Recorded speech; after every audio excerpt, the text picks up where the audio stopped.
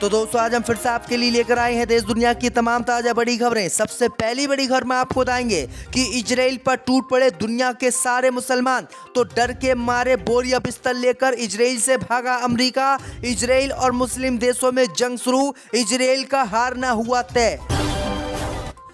मुस्लिम देशों की कार्रवाई के बाद प्रधानमंत्री मोदी ने इजराइल को दिया झटका। रातों रात मोदी ने मार दी पलटी। अब फिलिस्तीन का साथ देने का मोदी ने किया ऐलान, अंधभक्तों को लगा झटका। अमेरिका से यूरोप तक फिलिस्तीन के समर्थन में सड़कों पर उतरे लाखों लोग। फोटो देखकर घबरा गए जो बाइडन। अमेरिका और इजराइल कर देगा अब जंग बंद। मुस्लिम देशों की कार्रवाई के बाद इजराइल की कमर टूटना हुआ शुरू। 5 मुस्लिम देशों ने इजराइल के दूतावास को कराया अपने देश से खाली। हिजबुल्लाह से डर गया अमेरिका। अमेरिका ने इजराइल को हिजबुल्लाह से जंग ना लड़ने की दी सलाह। कहा हिजबुल्लाह से जीत नहीं पाएगा इजराइल, इसलिए ना लड़े हिजबुल्लाह से जंग। गुजरात में मुस्लिम युवक को बांधकर पिटाई करने के मामले में हाई कोर्ट ने 4 पुलिसकर्मियों को भेजा जेल। कहा अगर इन्हें माफ कर दिया गया तो पुलिस वाले दिन दहाड़े लोगों की करेंगे पिटाई। इजराइल में घुसकर हिजबुल्लाह ने मचाया मौत का तांडव। अब इजराइल को खत्म करेगा हिजबुल्लाह। बौखला गए हैं अमेरिका इजराइल। तो दोस्तों सभी खबरों को आपको एक एक कर बताने वाले हैं। वीडियो को लाइक कर चैनल को सब्सक्राइब कर दें। इसी बीच पर तो दोस्तों अगली खबर की ओर। तो मुस्लिम देशों के एकजुट होने के बाद प्रधानमंत्री मोदी ने भी टेके घुटने। फिलिस्तीन का साथ देने का किया ऐलान, इजराइल को झटका।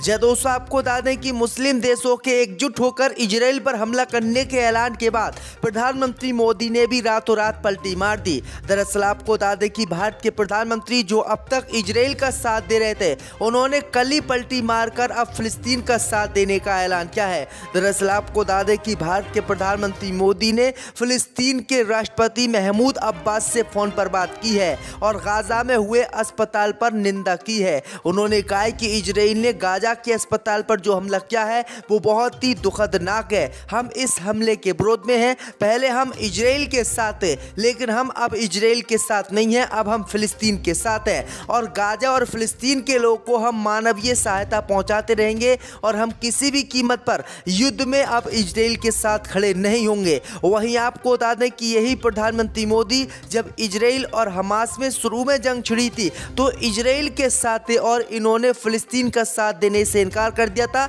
लेकिन प्रधानमंत्री मोदी ने अब फिलिस्तीन का साथ देने का खुलकर ऐलान किया है, जिसके बाद इजराइल को बीच मझधार में ही बड़ा झटका लगा है। इसी बीच पर तो दोस्तों अगली खबर की ओर। तो इजराइल में घुसकर हिजबुल्लाह करेगा इजराइल का खात्मा, मुस्लिम देश हुए एकजुट। जब दोस्तों आपको बता दें कि इजराइल हमास जंग में अब मुस्लिम देशों के एकजुट होने के बाद इजराइल की मौत सामने घेर आ रही है।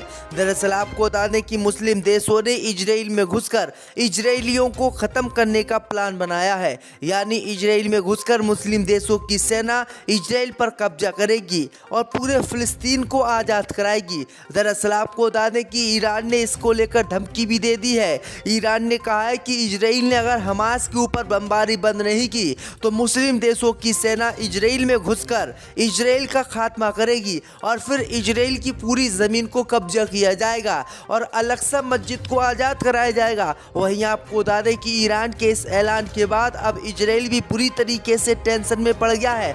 वो भी सोच रहा है कि अगर मैंने गाजा या फिलिस्तीन पर आप हमले किए तो मैं मारा जाऊंगा। तो ये बड़ी अपडेट आ रही दोस्तों कि अब मुस्लिम देश घुसकर इजराइल को तबाह करेंगे। इसी बीच पर तो दोस्तों अगली खबर की ओर। तो मुस्लिम देशों ने दिखाई अमेरिका को पावर, इजराइल के दूतावास को किया खाली। जब दोस्तों आपको बता दें कि मुस्लिम देशों के एकजुट होने के बाद अब इजराइल की कमर टूटना शुरू हो गया है। कल मुस्लिम देशों ने बैठक में इजराइल पर तेल प्रतिबंध लगाया था, लेकिन अब इजराइल के दूतावासों को खाली करने का मुस्लिम देशों ने ऐलान कर दिया है। दरअसल आपको बता दें कि गुरुवार को मुस्लिम देश मिस्र, मोरक्को, तुर्की, जॉर्डन, बहरीन ने कुछ दूतावास को इजराइल के खाली करने का फैसला किया है। दरअसल आपको बता दें कि इजराइल के राजदूत इन्हीं दूतावासों में रह रहे थे, लेकिन आपको बता दें कि मुस्लिम देशों ने इजराइल के राजदूत को अपने देश में रखने से इनकार कर दिया और 5 देशों ने इजराइल के राजदूतों को अपने देश से निकाल दिया है। वहीं आपको बता दें कि इजराइल ने वहीं 150 से ज़्यादा घरों को खाली करने का भी इजराइल में ऐलान किया है। इजराइल को लगने लगा है कि अब उसकी मौत गहराने लगी है और मुस्लिम देश कभी भी उस पर हमला कर सकते हैं। इसी बीच पर तो दोस्तों अगली खबर की ओर, तो अमेरिका से यूरोप तक फिलिस्तीन के समर्थन में सड़कों पर उतरा जनसैलाब, तो अमेरिका के उड़े होश। दोस्तों आपको बता दें कि इजराइल और हमास की जंग का असर पूरी दुनिया में देखने को मिल रहा है। फिलिस्तीन के समर्थन में अमेरिका और यूरोप में लोग सड़कों पर उतर आए हैं। इसे देखकर जो बाइडेन और इजराइल की नींदें खुल गई हैं। दुनिया भर के कई देशों में इजराइल के विरोध और फिलिस्तीन के समर्थन में प्रदर्शन हो रहे हैं। ये प्रदर्शनकारी गाजा में हिंसा समाप्त करने की मांग कर रहे हैं और फिलिस्तीनी लोग के साथ खड़े हैं। यहूदी संगठनों के सदस्य सहित हजारों फिलिस्तीनी समर्थक प्रदर्शनकारी बुधवार को वाशिंगटन के कैपिटल हिल में सड़कों पर उतर आए।